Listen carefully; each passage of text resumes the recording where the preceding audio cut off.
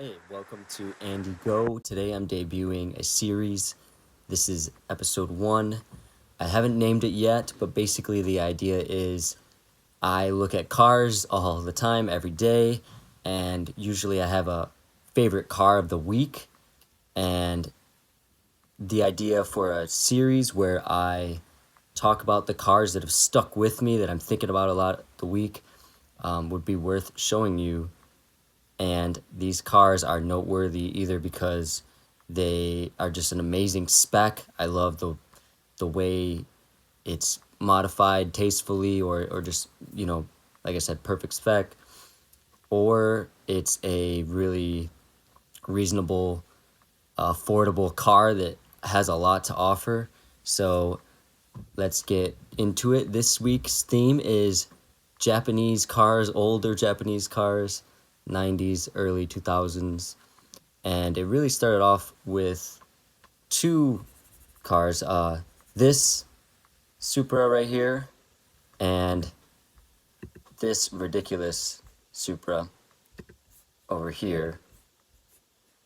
And we'll get into this one in a second. But as you can see, this red one is beautiful. I think it's really tastefully modified. It has it's turbocharged.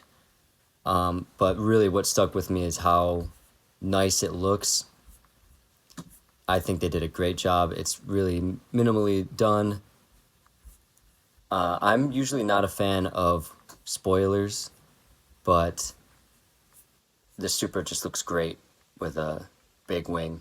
It's one of the few cars that I don't mind it. I might be in the minority there, but this car is just beautiful. And then we have this ridiculous thing.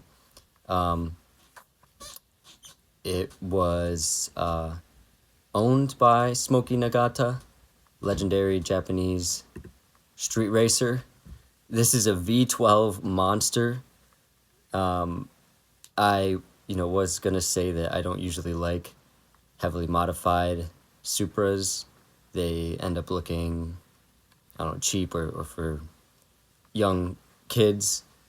And this is like to the extreme end of that spectrum, where now it's, I think, awesome again. Because this thing is just ridiculous. V12, I think it's got like 800 horsepower.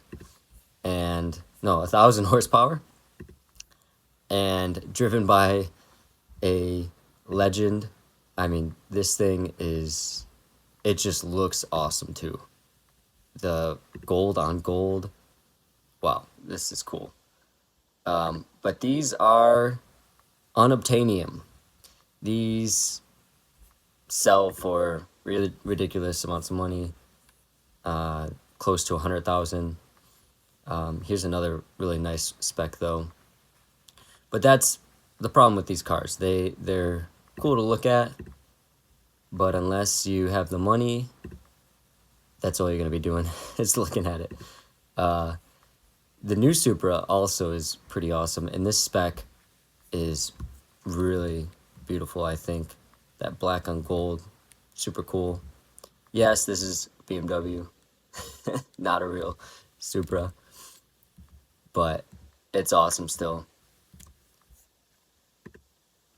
Next, we have even worse unobtainium, but even cooler, is the R34 Godzilla Skyline. This spec is probably the most desirable. It's just so cool.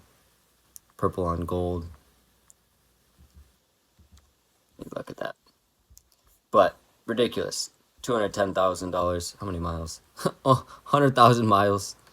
It's probably been well cared for and babied. But it's too much, right? This is my dream car here. The NSX, Honda's attempt and maybe success at competing with the Ferraris and Lamborghinis of its time. They wanted to make a supercar, and this thing has gone down in history as a legend. This spec right here is just beautiful. I will say, though, I prefer the pop-up headlights. This year, 2002, has some performance upgrades. It's I think, minor stuff. So it's not really that much of a deal breaker if you decide to go for beautiful pop-up headlights. I mean, look at that. That that's perfect. That is a perfect car in my eyes. The coolest car. The coolest car, period. In an amazing spec. I like those wheels. They did great job. Let's see how much this one sold for. 70,000. If I make that much, I'm spending it buying one. 46,000. I mean, made by Honda. Wow, that's a steal. Love that car. If we're getting a little bit more affordable, here's another legend. This blue really stood out to me. It's striking. And this is another legend. And the interior is cool. They got blue Recaros. Thing has probably been driven hard. 63,000. Let's see how many miles. 87,000. Yeah. Might want to leave a little bit extra in the budget to repair this one. And then if you want to go all initial D, here's the yellow. Let's see, 74,000. Yeah, these are still expensive. And that makes it a little less cooler because it's like, okay, so what? There's a lot of cool cars.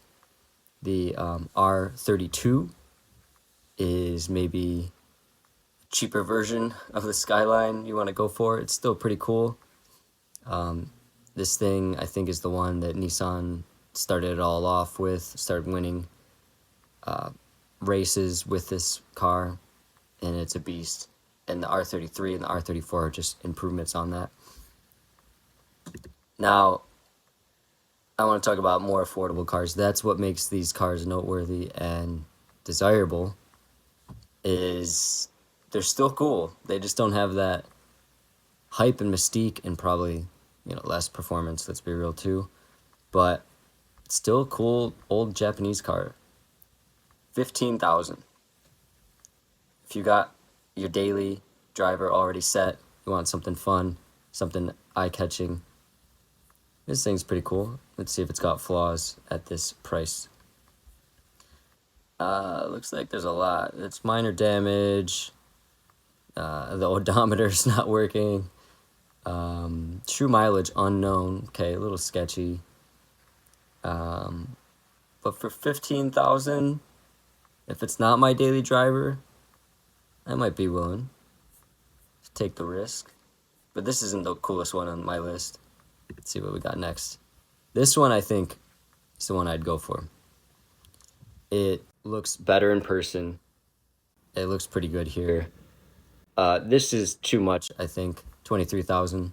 You don't want to spend that much, but it's got 10,000 miles. If you really love this car, if you know you love it, then this would be a good one to get, because it's just like cleanest example of it.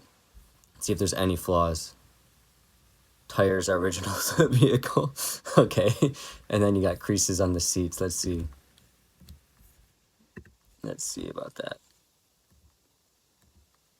It's probably hard to find. I'm not seeing them. This is clean. This is clean. This is really cool. But I got one here that is... this is more around the price point I think you'd want to spend. I like the black a lot. That black is really cool. 53,000. Let's see. These cars are also known for being heavily modified and driven rough. So you definitely want to be careful of that, for sure. Let's see, flaws, some chips, corrosion, battery drain. Sounds like stuff that you can take care of. And what about a convertible? Now, just because this car is known for being, modified and heavily driven by kids, it is not that hard to find, at least on this auction site, Cars and Bids. There were a lot of one owner, low mileage cars at a decent price. This one specifically is single owner. I think it's single owner. It's definitely unmodified, completely unmodified, at only 40,000 miles, and it's a red convertible. These things have decent horsepower too. I think it's a 3-liter, 3.5-liter V6, and it has 287 horsepower, 274 pound-feet of torque. This thing is gonna be fun, that's for sure. I wouldn't get this as a daily driver, but I would get this as a weekender for sure. This thing is cool. And this thing is just nice looking. This era of Japanese car just has a look that is so cool. We need to revisit that. We need to get back to that. I wonder who's going to do that, or if anyone's going to pull it off with EVs becoming the norm slowly. We are getting away from this golden era. I thought this car is cool enough looking to show off, but it was interesting to see that a lot of these cars at a decent price were like 100,000 miles. And this one's only 4-cylinder also. I don't know too much about this car. But also Honda from the golden era. 100,000 miles isn't too bad. I think I have another one here. Let's see what this one, yeah, 133 for 13. Another inline 4. I'm sure it's fun to drive with a manual, and it just looks great. But it's not my top pick like the 350Z is.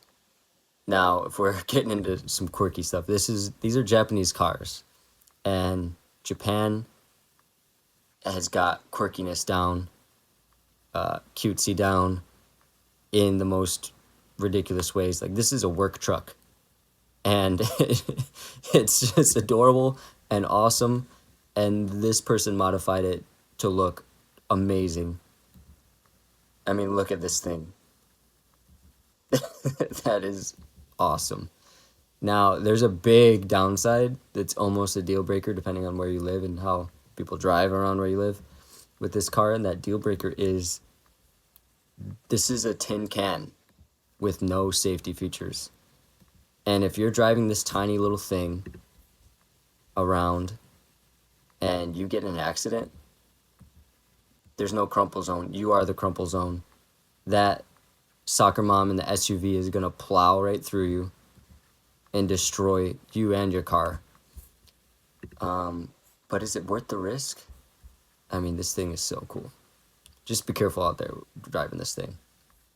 656cc inline 3.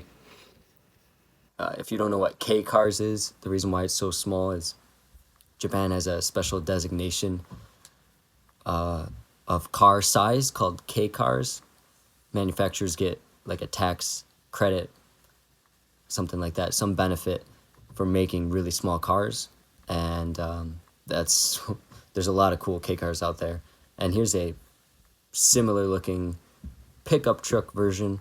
These things are work horses. I think you can actually get a lot of done with these. These are literally, they're not meant for car enthusiasts. They're meant for like farmers and doing work, and you can get a lot done. And so it's just, you know, ridiculous car. Look at that interior, like bare bones. I love this thing. What else do we got? Oh, okay, continuing the quirky trend. How about basically a Skyline looking wagon from Nissan? And this thing I think is modified to put out some crazy power. I mean, if you want practicality, cool factor, everything all in one, you're gonna have to drop 31,000 for it. And it's got 91,000 miles, but this thing is unique. That's cool. Let's see what modifications they did. Yeah, they souped this thing up, put out some horsepower. Do we have a horsepower number? Let's see if we can find that. HP. horse, 280. In stock form, it may produce more power, but a dyno sheet was not confirmed. Let's just say it puts out more power. This thing's probably fun. I like this silly wagon better.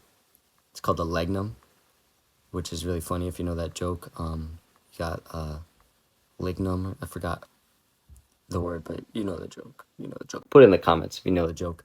So, I mean, just look. Like I said, a lot of these cars speak for themselves. This thing is a V6 wagon from the 90s. I want this thing. How much does this thing cost? Before that, I want to see the interior. Wow. That is a throwback with that interior design. There's that twin. Oh, it's a twin turbo V6. Twin turbo V6 stock. All the practicality you want. I mean, ridiculous. 121,000 miles from Mitsubishi. I don't know about that. And 15,000? Okay. I'm taking the risk. Are you taking the risk? Known flaws. Nothing major. Rust on the exhaust system and underbody. Okay, it's an old car, like 27 years old. It looks awesome. And then you have this thing. I don't know much about this. I just wanted to include it because I had never heard about it. And I wanted to continue the funny wagon look. I mean, you can go down a rabbit hole with Japanese cars. There's a lot that we just don't know about because they're not sold here. They're, Japan only cars. And the 90s era is basically, there's a rule. I think it's 25 years you have to wait before you can import cars that are in different markets. And so that's why you're seeing a ton of Skylines now being imported in these older, quirky 90s cars, which is great because there's tons of cool ones. And I think that wraps it up. So what I want to hear from you guys is your thoughts on any of these cars, anything interesting you want to add. We kind of got 3 categories here. I'd love to hear your thoughts on the coolest unobtainium cars. There's some ridiculous Subarus out there, WRX. There are probably ones that I'm just forgetting, didn't mention here, just didn't see this week. Then we have the other category of affordable, cool cars. I'm sure there's some out there that I want to know about. Please share that. And then the quirky cars. So we got the unobtainium, the affordable, fun cars, and the quirky, Japan. Here we go again, Japan cars. So please give me some ideas. Give some shout outs to these quirky, cool cars. And wow, we went 18 minutes now. I think that's long enough. So see you next time. Maybe I'll try to keep it shorter next video. But thanks for sticking with me. If you stuck it out this long, please give me any recommendations or thoughts on how to improve this series. I really like doing it. I just love spending way too much time on these auction sites and looking at these cars. So I hope you enjoy it too. Until next time, maybe next week, maybe the week after that. Bye-bye.